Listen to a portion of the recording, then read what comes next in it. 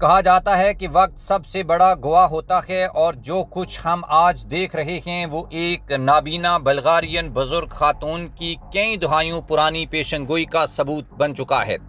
بابا وانگا، اس نے کہا تھا کہ ایک وقت آئے گا جب دنیا کے فیصلے مغرب سے مشرق میں منتقل ہوں گے، ایک مسلم ملک عالمی طاقت بنے گا، دنیا اس کے فیصلے مانے گی اور ایک سبز پرچم دنیا پر راج کرے گا۔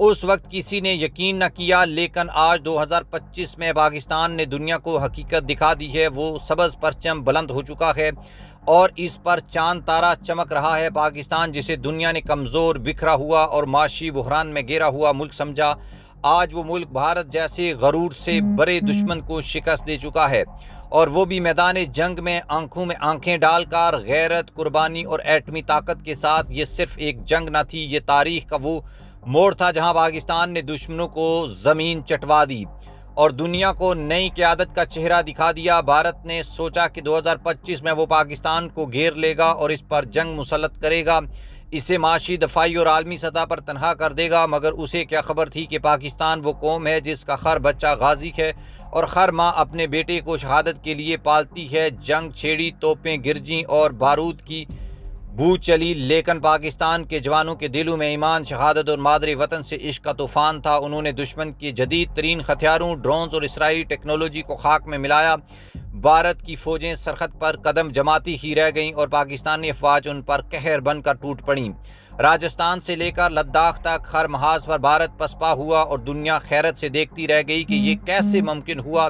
دنیا کے دفاعی تجزیہ کار، اقوام متحدہ کے نمائندے اور عالمی میڈیا سب پریشان، مگر ہمارے دل مطمئن ہیں، کیونکہ ہمیں پتہ تھا کہ ہم صرف جنگ نہیں لڑ رہے، ہم بابا وانگا کی پیشن گوئی کے اس لمحے کو زندہ کر رہے ہیں جہاں ایک مسلم طاقت ابھرنی تھی اور وہ ہم تھے۔ پاکستان، اس جنگ کے بعد بھارت کی معیشت بیٹھ گئی، اس کی فوج میں بغاوتیں شروع ہوئیں اور عوام نے حکومت سے سوال کیا کہ تم نے اس قوم سے ٹکر لینے کی جرت کیسے کی جس کے جوان موت کو گلے سے لگانے سے بالکل بھی نہیں ہچکچاتے اور شہادت کو جیت سمجھتے ہیں۔ بھارت کا غرور ٹوٹ چکا، اس کا میڈیا چیخ رہا ہے، اس کے سیاسی حلقے ٹوٹ چکے ہیں اور پاکستان اقوام عالم کے دلوں میں بس چکا ہے۔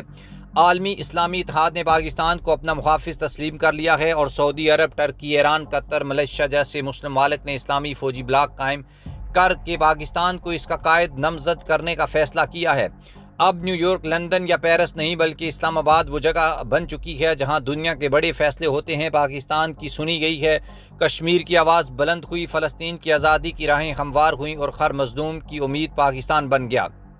آج پاکستان صرف ایک ملک نہیں، ایک نظریہ ہے، نظریہ بھی لا الہ الا اللہ، نظریہ خودداری اور نظریہ بقا۔ آج دنیا کے طلباء پاکستان کی یونیورسٹی میں پڑھنا چاہتے ہیں۔ سائنس اور ٹیکنالوجی میں پاکستانی دماغ اپنی چمک دکھا رہا ہے اور افواج پاکستان دنیا کی سب سے مضبوط اور منظم فورس تسلیم کی جا چکی ہے۔ پاکستان نے یہ صرف جنگ سے نہیں بلکہ سچائی، اخلاص، قربانی اور اللہ پر ایمان سے حاصل کی۔ اب بابا وانگا کی وہ پیشن گوئی سچ ثابت ہو چکی ہے جس میں اس نے کہا تھا کہ ایک اسلامی قوم دنیا کو اندھیرے سے نکالے گی اور وہ دن نزدیک ہے جب دنیا اس کے فیصلوں کے بغیر کچھ طے نہیں کر پائے گی، اور آج وہ دن آ چکا ہے۔ وہ قوم پاکستان ہے۔ دشمن آج بھی سہمے بیٹھے ہیں، ان کی راتوں کی نیندیں حرام ہو چکی ہیں، کیونکہ پاکستان نے صرف جنگ نہیں جیتی بلکہ اپنی آنے والی نسلوں کے لیے عزت، وقار اور عالمی قیادت کی راہ ہموار کر دی ہے۔ اب دنیا کی نگاہیں پاکستان پر ہیں اور اب فیصلے اسلام آباد سے ہوتے ہیں۔ اب سرسبز ہلالی پرچم دنیا کی فضا میں لہرا رہا ہے اور دنیا نے تسلیم کیا کہ پاکستان ہی دنیا کا اصل قائد ہے۔